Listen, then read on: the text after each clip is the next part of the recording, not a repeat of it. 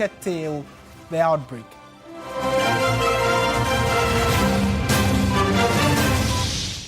Attorney General Dr. Dominic Ayine files motion at Accra High Court to dismiss Chief Justice Gertrude Tokonu's application to stop her impeachment process.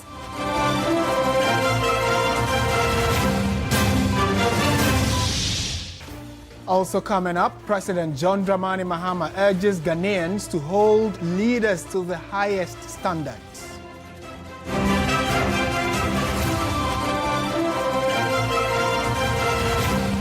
We must hold those in authority, including myself, accountable to the highest standards of integrity and humility. Coming up in business news, consumers across the country frustrated as data purchase challenges mar new telecom pricing rollout.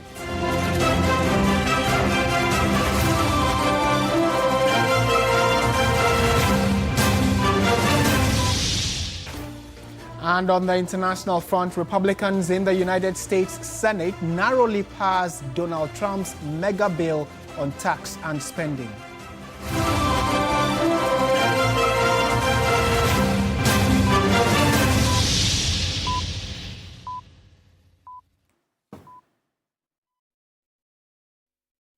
It is a packed bulletin, and we're always happy to hear from you, so do be a part of the show.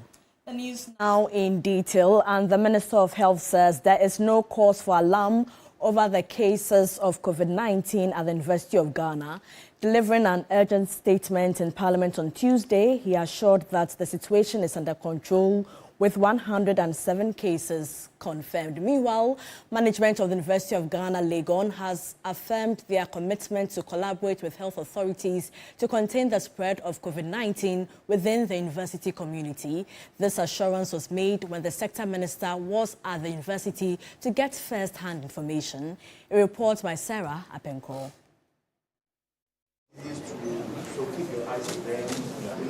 The Minister for Health, Kwabna Minta Akando, was accompanied by officials from the Ghana Health Service as well as the Ministry of Health. He was taken to the university's Health Service Department after a brief meeting with management. The COVID-19 protocols were in strict force. Health workers here were equally fully clad in their PPEs, while the students adhere to the wearing of nose masks. So far, 107 cases from the Omicron variant have been confirmed out of 316 suspected cases, with no deaths nor hospitalization. The health officials handed over some PPEs, including sanitizers and nose masks, to officials at the facility after interacting with them to know their needs. There's no need to panic.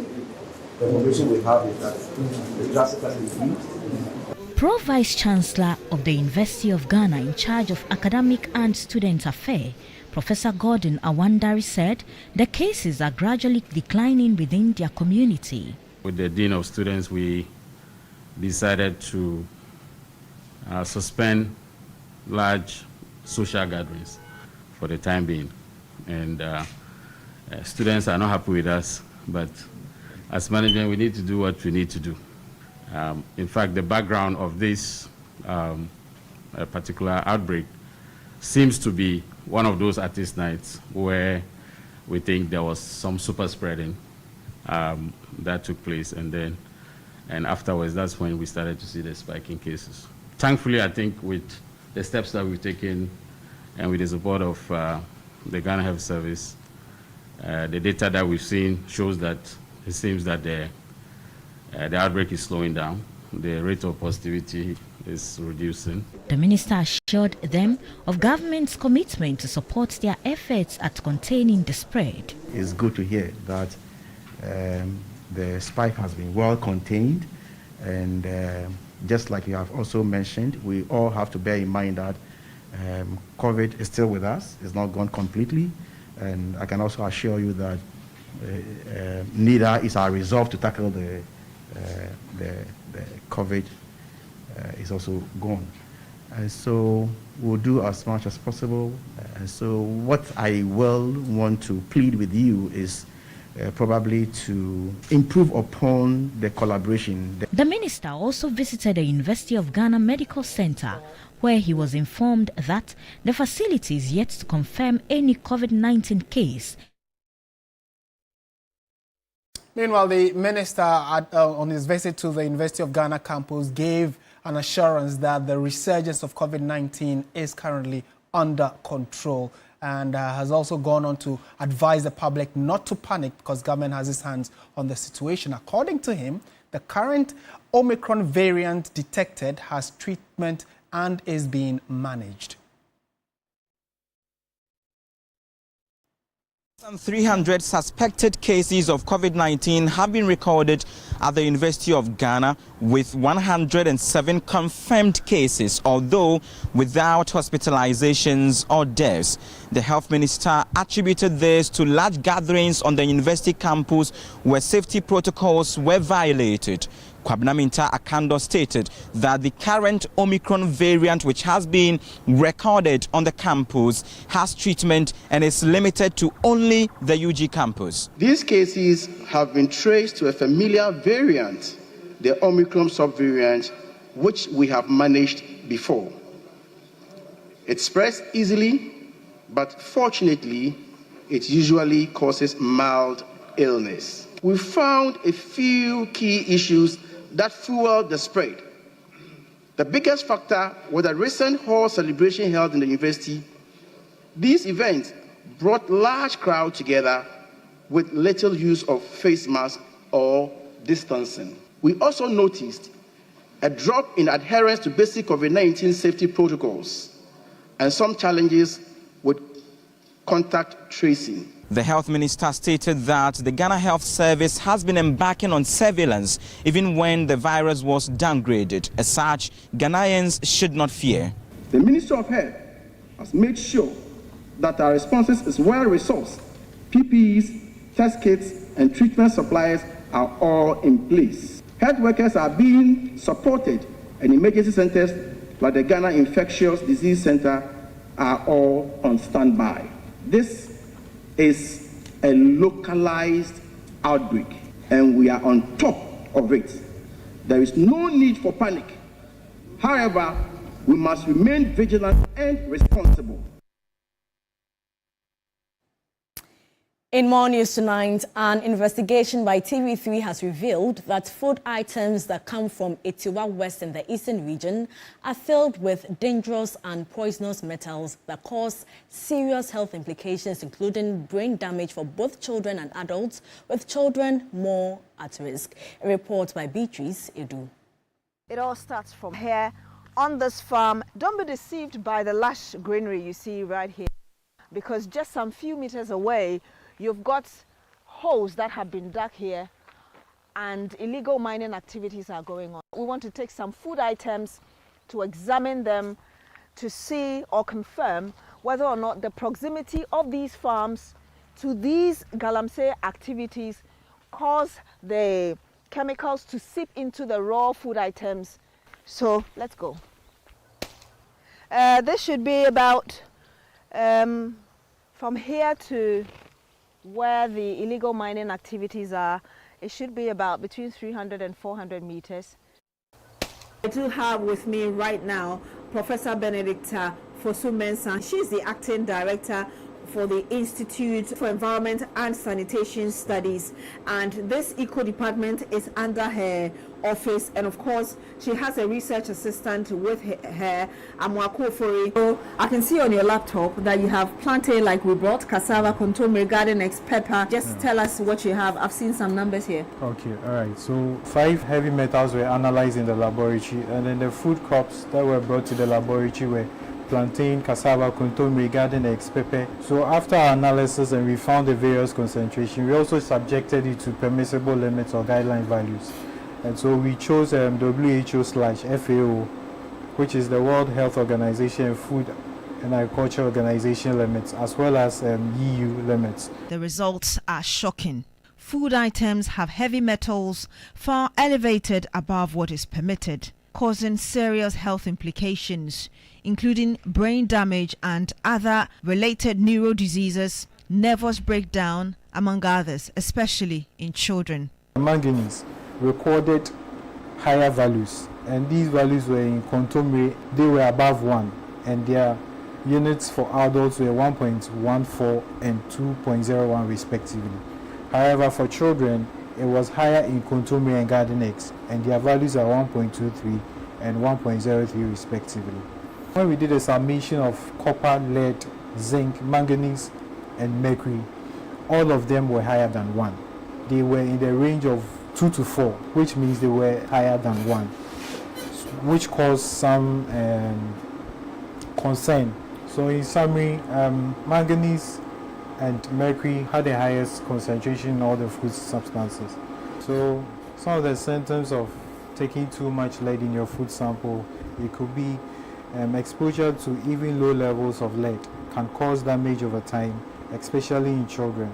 The greatest risk is to brain development, where irreversible damage can occur. Do make a date with us, because details of this report will be revealed on Agenda on TV3 at 9 p.m.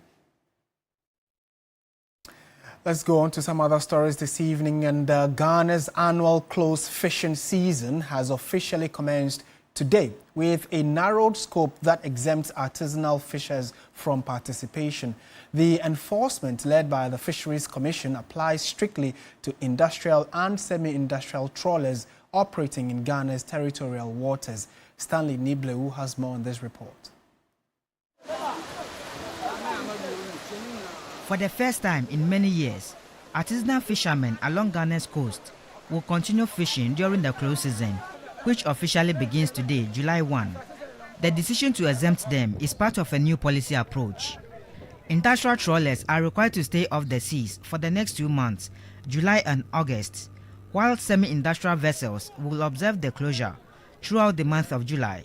We expect that by the end of these 2 months, the ecosystem would have improved, the fishes would have spawned, and then the juveniles would have been given an opportunity to grow. Already, landing beach committees, fisher groups and law enforcement agencies in the fisheries co-management chain have been activated to support in enforcement of the ban. One of the areas under focus this season is Cape 3 Points in the western region, identified as a critical spawning ground for several species. Scientists believe that uninterrupted spawning in such areas could lead to long-term gains for Ghana's marine ecosystem, but artisanal fishermen often defy enforcement directives. National Coordinator in charge of Fisheries Enforcement, Commodore Faustina Boachi Anoche, justified why the peripheries of the oil rigs at Cape 3 Points must remain a no-fishing zone. It's very, very dangerous for them to be around that area. But because the light of the plants attract the fish, of course, they want to see where they can have a big catch. So they go there at the peril of their lives. So the Navy is doing a lot there to ensure that they ward off those people. But many artisanal fishers remain skeptical. Though they welcome the exclusion from this year's ban, some argue that previous close seasons did not yield the promised results. It is the timing, because we saw that May, June is not helping, and July also have so many setbacks. So most of the artisanals are suggesting that if it will go on, let's try August, because we've tried July on 4 consecutive occasions. So let's try August and see. But fortunately, we are not observing the close season this year, 2025. The Fisheries Commission says it will strictly enforce the closure rules. Officials will patrol key fishing zones to ensure industrial vessels remain grounded.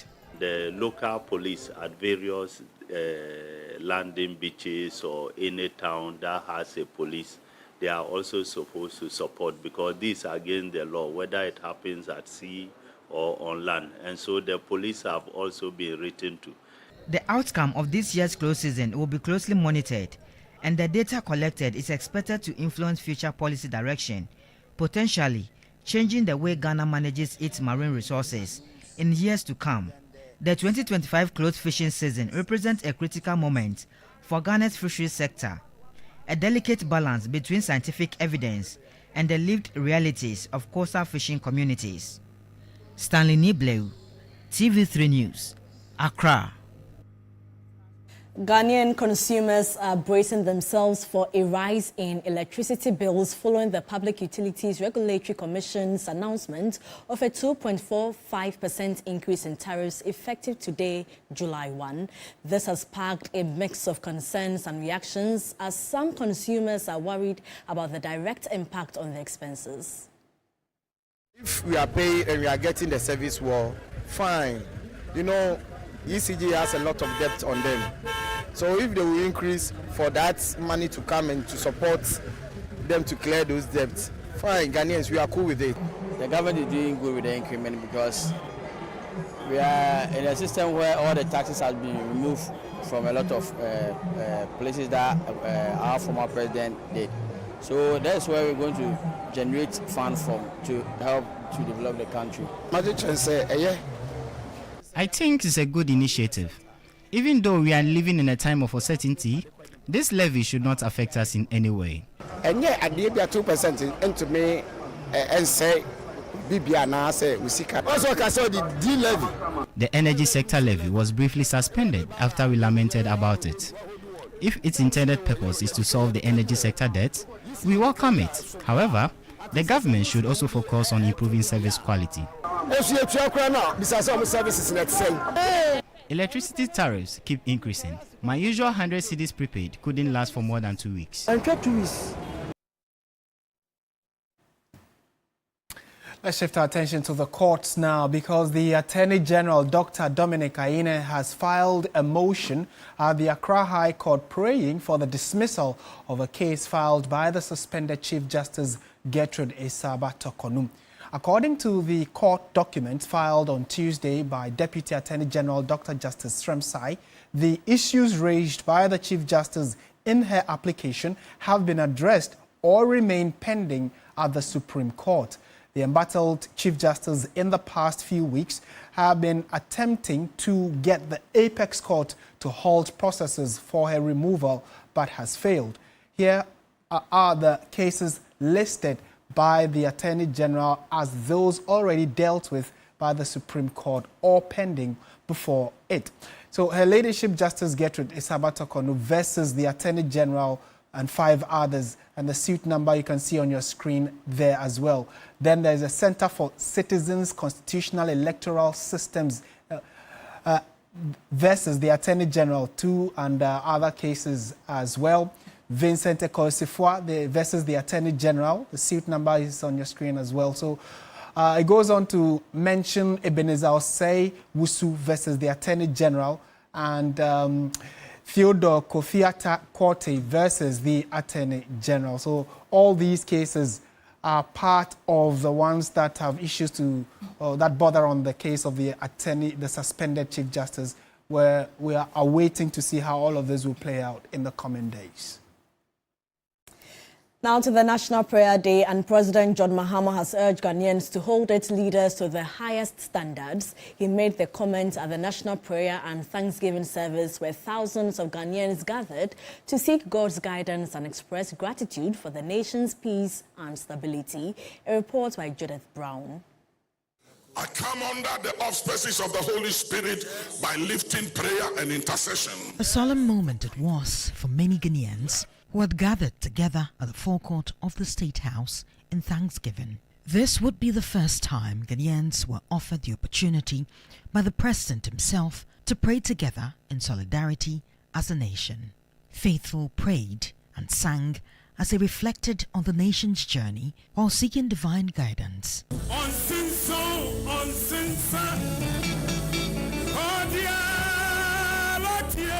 Republic Day prior to this was celebrated as a holiday. Delivering his sermon, His Eminence Cardinal Peter Turkson emphasized the importance of solidarity and moral purpose. The wealth of this land with everything that exists here are for Ghanaians. So they also must serve the common needs and the common purpose of all of us.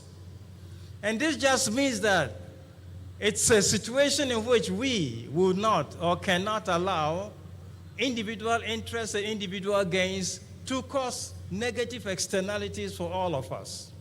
The transformation of this land will not simply be the task of the president, with all the good intentions that he may have. The transformation of this land depends on us. We have been presented as not to be only religious, but to be people of also spirituality and virtue. For President John Dramani Mahama, he expressed gratitude to God for the peace that Ghana enjoys despite conflicts and disasters in other parts of the world. He called on Ghanaians to eschew divisions and work towards national harmony and development. Let us remain vigilant against the voices of tribalism, against the voices of religious extremism, and against the poison of political hostility. These are the seeds of division that we must never let take root in our precious nation, Ghana. We must speak a language of peace, compassion, and mutual respect.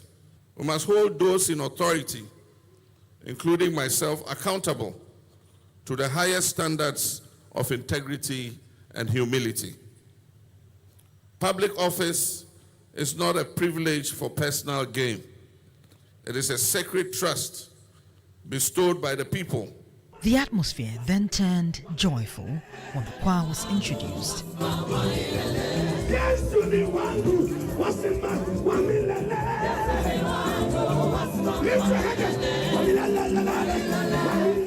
The event was a testament of the power of faith and unity in bringing people together. As the crowd dispersed, they carried with them a renewed sense of purpose and commitment to building a better future for Ghana. Judith Brown, TV3 News. So it wasn't just the Christian community in Ghana that observed the day. The Muslim community were also excited to celebrate this auspicious day. Now, President John Mahama also called on Ghanaians to express their thankfulness to God through personal and public accountability, cautioning that the country's peace should not be taken for granted. He made the call during the Muslim service of the National Day of Prayer and Thanksgiving at the National Mosque. Moments after leaving the State House where the Christian prayer was said for the nation and its executive at the National Thanksgiving, the president arrived at a gathering of Muslim clerics, government officials, Zongo leaders and members of the wider Islamic community. The president said the day was not a political event but a spiritual opportunity for reflection and renewal. So let us ask each other and ask ourselves, are we building or destroying? Are we healing or dividing? Are we lifting others or seeking only our personal gain? Slogans or speeches will not shape the future of Ghana, but by the values that we live, the choices that we make, and the faith that we practice in our homes, in our businesses, in our politics, and in our daily interactions with each other. He urged Ghanaians to look beyond partisan and ethnic divisions, stating that true thankfulness must be reflected in one's conduct. Leadership is not a privilege to be enjoyed, but it is a sacred trust to be fulfilled. And that is why, under my leadership, I remain committed to building a Ghana where no one is above the law. Institutions function with integrity, justice is not reserved for only the powerful, and public resources benefit all of us and not a few people. He warned that Ghana's peace, particularly its religious harmony, should never be seen as permanent or automatic, affirming that unity is not sustained by politics or government policy alone, but by divine mercy, but also the daily choices of citizens to live peacefully with one another. The chief imam, after the prayers for the country and the president, says Allah's blessing was upon the country and praises should always go to him. In more news tonight, 2 persons are currently in the custody of the Dodua police for allegedly attempting to murder a 41-year-old cattle farmer. The victim, Asiedu Amadou, sustained multiple gunshot wounds and is currently at risk of losing one of his eyes. On June 28, 2025, a herdsman identified as Rahman reportedly asked Asiedu-Dartey to accompany him on a motorbike to Kodiabe, a suburb of Dodowa in the Shire-Osudoku district, to visit a friend. According to police extract, upon reaching Kodiabe, Raman placed a call and later informed Asiedu that the person they came to see was unavailable, prompting their return. However, during the journey back, Raman, who was riding pillion, allegedly shot Asiedu in the spine, causing him to lose control of the motorbike. Both men fell to the ground. The report further revealed that Raman then shot the victim in the eye. Two accomplices later arrived at the scene on another motorbike and joined in the assault. They abandoned the victim in a nearby bush, leaving him in a pool of blood, and made away with a Samsung A05 phone and cash amounting to 30,000 cedis. Good Samaritans later rushed the injured man to the Ridge Hospital, where he is scheduled to undergo surgery to remove bullet pellets discharged into his body. Asiedu-Dartey later informed the police CID investigators that another cattle farmer in the area, identified as Nicholas, allegedly contracted the attackers. He claimed Nicholas has previously accused him of stealing 15 of his cattle. A community-led manhunt led to the arrest of both Raman and Nicholas, who are now in the custody of Dodowa police, assisting with investigations. Stanley Niblo, TV3 News, Accra.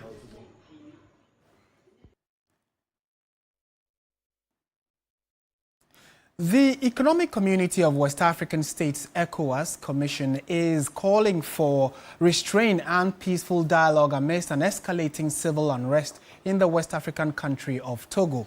In a brief statement, the Commission said it had followed with concern the recent social demonstrations in certain towns in Togo, particularly in Lomé, which have had regrettable human and material consequences. The ECOWAS Commission, while appealing for calm, stressed that it was open to contributing to efforts to preserve social peace in the Togolese Republic. Experts are warning that a prolonged instability in Togo could further worsen Ghana's inflation outlook, particularly as imported consumer goods from Togo form part of urban market supplies.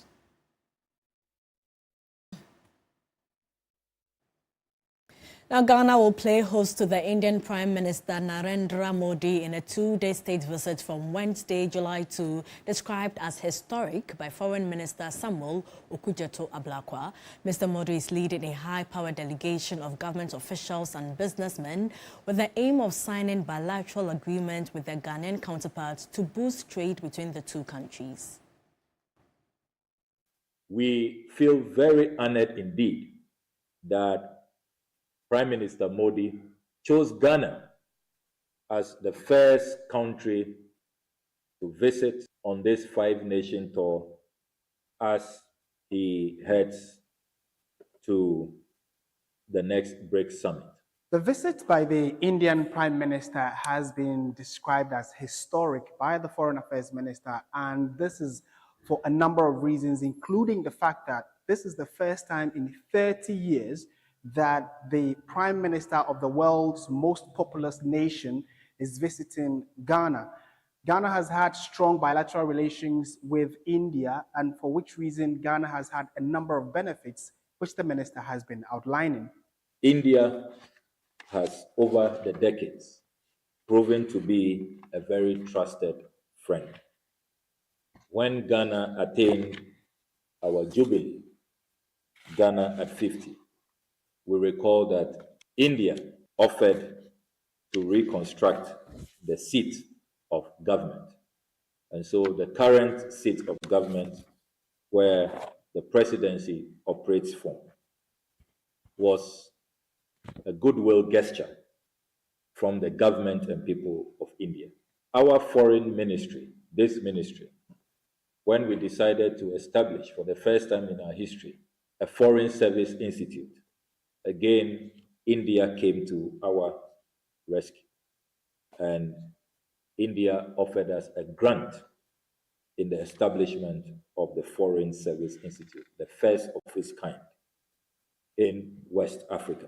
Key on the itinerary of the Indian Prime Minister will be his address to Ghana's Parliament and also the fact that he will be awarded with Ghana's highest medal, which has been given to just a few international world leaders who have visited the country. He will be hosted in the evening by President Mahama to a state banquet in his honor.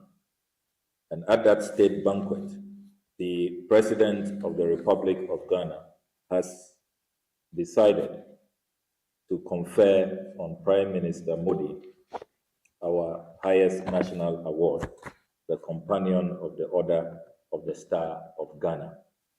That we conferred on Prime Minister Modi as part of this two-day visit.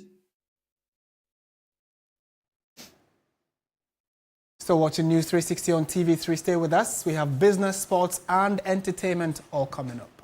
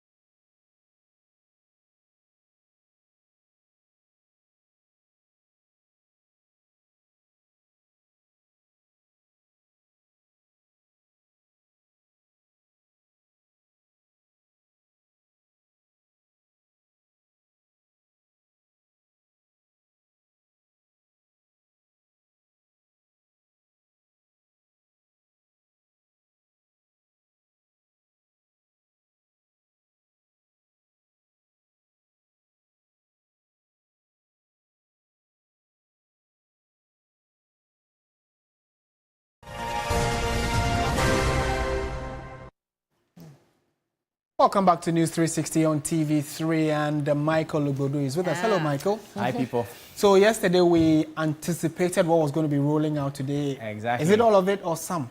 Well, all of them have taken flight, at least to the best of our knowledge. However, there have been some challenges with particular one, the data issue. The data issue. Yeah. So we realized that the comms minister, that is Sam George, will be addressing the media tomorrow, hopefully on the same issues, right? We want to hear updates. Okay. All right, then to the details now. Hello there, good evening. Welcome to the business segment here on News 360. I am Michael Obodu. Now, some Ghanaians have faced difficulties purchasing mobile data today, sparking frustration across parts of the country. The disruption coincides with the rollout of the government-mandated policy requiring telecom companies to increase data bundle allocations, offering between 10 and 15% more data at existing prices. The new pricing structure, which took effect on Tuesday, July 1, 2025, forms part of a wider national initiative to make internet access more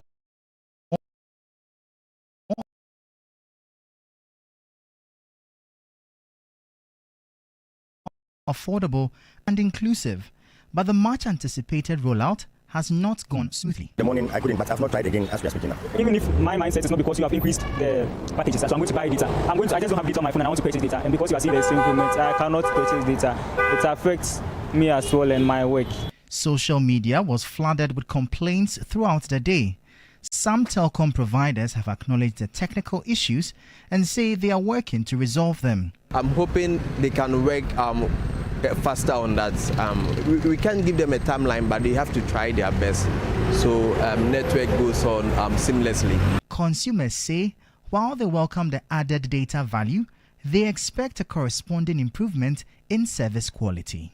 As the minister said, they are going to increase the bundle, so we are expecting them to do better and then improve upon their services.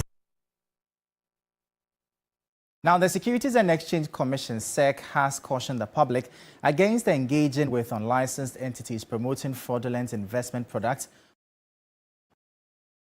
on social media. SEC has identified 2 specific entities actively advertising illicit schemes. These are News360, which is promoting an unlicensed investment product named Gold AI Rise Platform, and Ghana News Advertising, an unnamed unlicensed investment product that promises unrealistic returns with no apparent risk to investors. The Commission stressed that none of these entities possess the requisite license to conduct capital market activities in Ghana as mandated by Section 3 of the Securities Industry Act, and strongly advises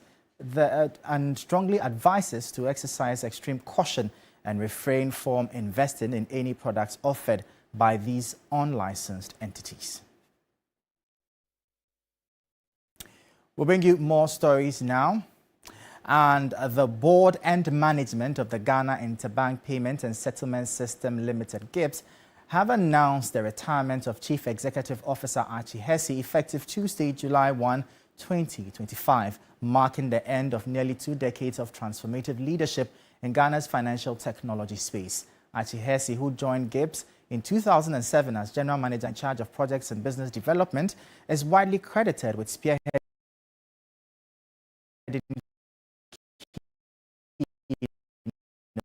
innovations that have defined Ghana's modern payment systems architecture. Among his early achievements was the rollout of the National Biometric Smart Card Banking and Payment System, popularly known as eSwitch. The platform became instrumental in supporting governments to person payments, particularly for social protection programs. Now, in a move to boost Ghana's renewable energy drive and help businesses and households cut down their energy costs, EcoBank Ghana has launched the Accelerating Solar Action Program. The initiative aims to make solar energy more accessible to micro, small, and medium enterprises as well as households through affordable financing. On behalf of EcoBank Ghana and all our partners, we declare ASAP officially launched. The successful launch of the Accelerating Solar Action Program, ASAP, marks a significant step towards expanding renewable energy in Ghana. EcoBank Ghana PLC, through ASAP, is tackling the financial barriers that prevent MSMEs and households from adopting solar power while boosting Ghana's renewable energy capacity. This initiative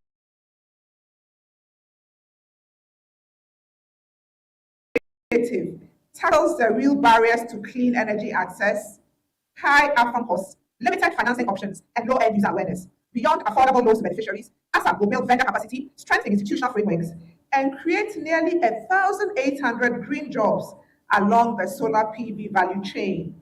The event brought together partners, including the Green Climate Fund, the Government of Ghana, and other key stakeholders. The focal person for the Green Climate Fund also shed light on the loan structure and its expected benefits. It's coming at a low cost, and it's a blended mix of our pricing in Ghana and also the subsidized funding provided by GCF. That gives us that rate of 15% for all ordinary borrowers and then also 14% for the elevate customers. Indeed, this is also going to help us working with the NDA, that's the Ministry of Finance, to be able to roll out their programs, for energy saving and also making an impact to climate change. An open market on the EcoBank premises allowed participants to connect with solar energy vendors and learn more about the solutions available through ASAP.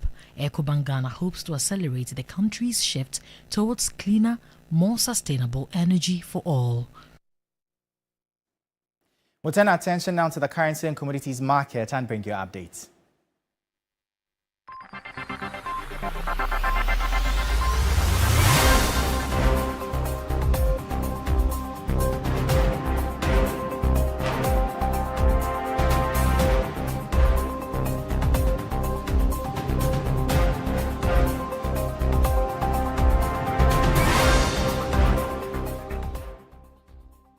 And that'll be all for the business segment here on News 360. I am Michael Obodu. Up next, the sports.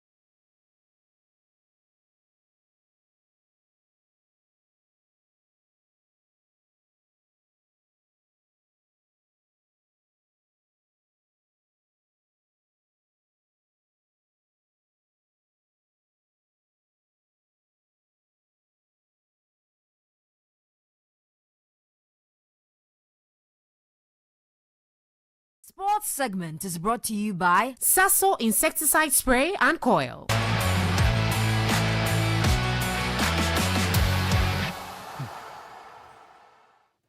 Hello, good evening and welcome to the sports segment here on News360 with me, Oreku Ampofo. The Women's Africa Cup of Nations will begin in 4 days' time in Morocco, with Ghana's Black Queens set to take on defending champion South Africa in their opening game of the competition on July 7.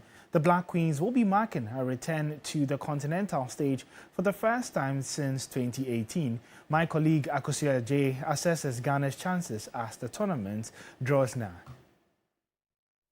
So Coach Kimlas Bioke-Green has released the squad for the 2024 Women's Africa Cup of Nations. The team have been drawn in Group C alongside Mali, Tanzania and South Africa.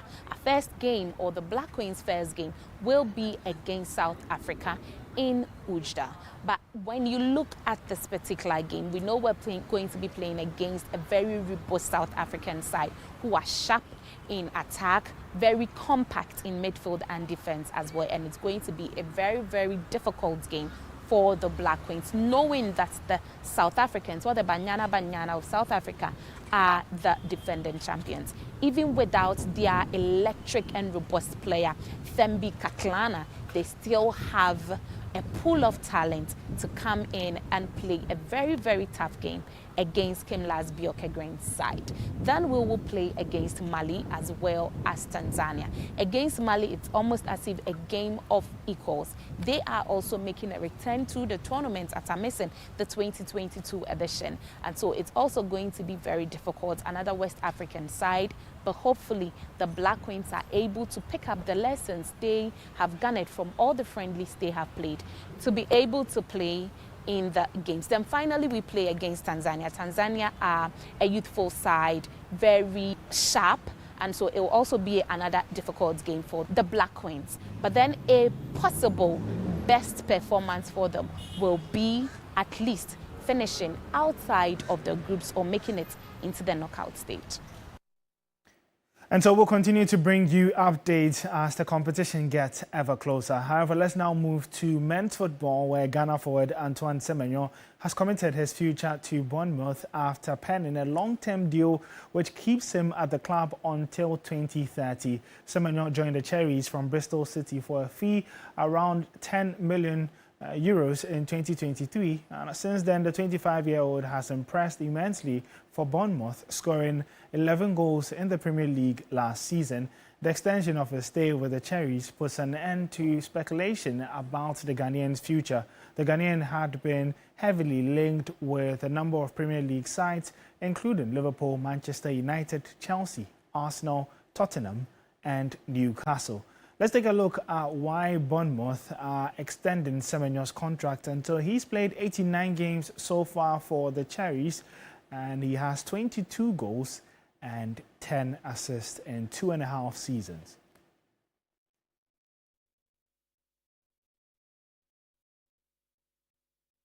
Well, we still stay in the English Premier League, and that's because Arsenal have completed a deal to sign Chelsea goalkeeper Kepa Arrizabalaga, triggering the £5 million release clause in his contract.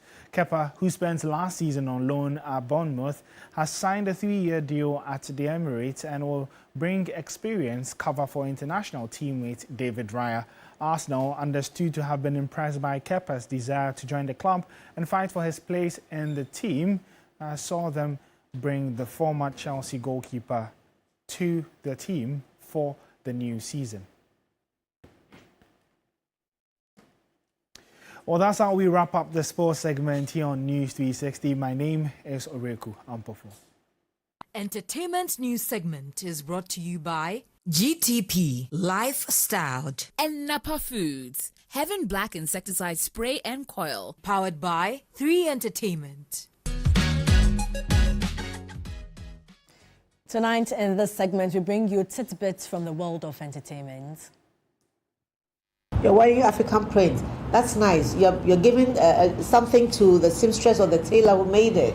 Tourism, Culture and Creative Arts Minister Ablajifa Gomashi has encouraged Ghanaians to prioritize wearing made-in-Ghana clothing to boost the fashion industry and create more employment opportunities for local fashion designers. The call to wear made in Ghana clothing is a strategic move to revitalize the fashion industry, which has the potential to be a significant contributor to the Ghanaian economy. We've got to be deliberate about the choices that we make in this country. You can't love someone else's country and wear their clothes for 4 days and wear yours for 1 day. Flip it. Wear the Ghanaian clothes for 4 days, Ghana. Wear Ghanaian clothes for 4 days and then wear European clothes or whichever country it is for 1 day. That way, we share the resource that's here and the money stays in our country. The minister added that wearing locally produced textiles is a positive step in fostering national pride and identity. Rockstar. Rockstar.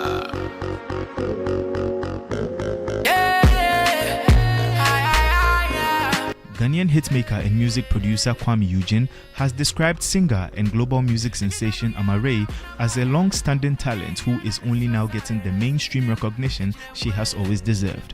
Speaking about Ghanaian stars making waves globally, Kuami Eugene did not hold back on his admiration for Amaarae, whom he calls his big sister.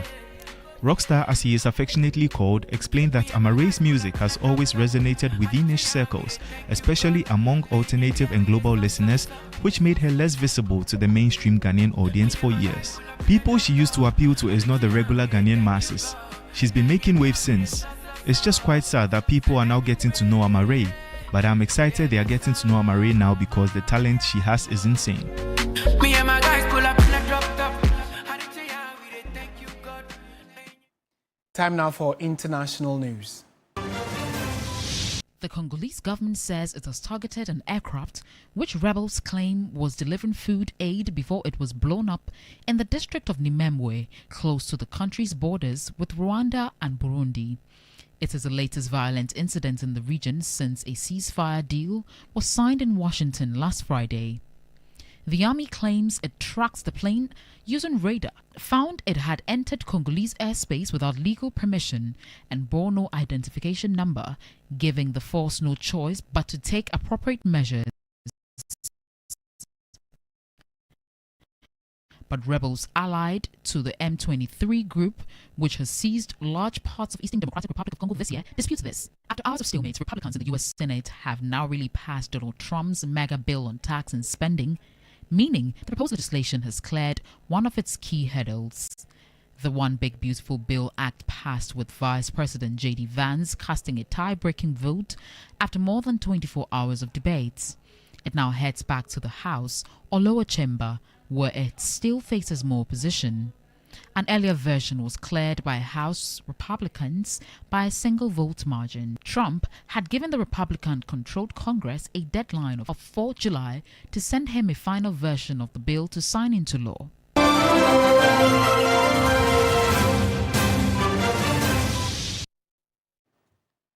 That's it for our package this evening. Thank you so much for watching. Remember that at 9 p.m, Agenda will be coming on your screens where they delve into matters about the food we eat from Galamsey areas or sites around the country. So do make a date. It's at 9 p.m. on TV3.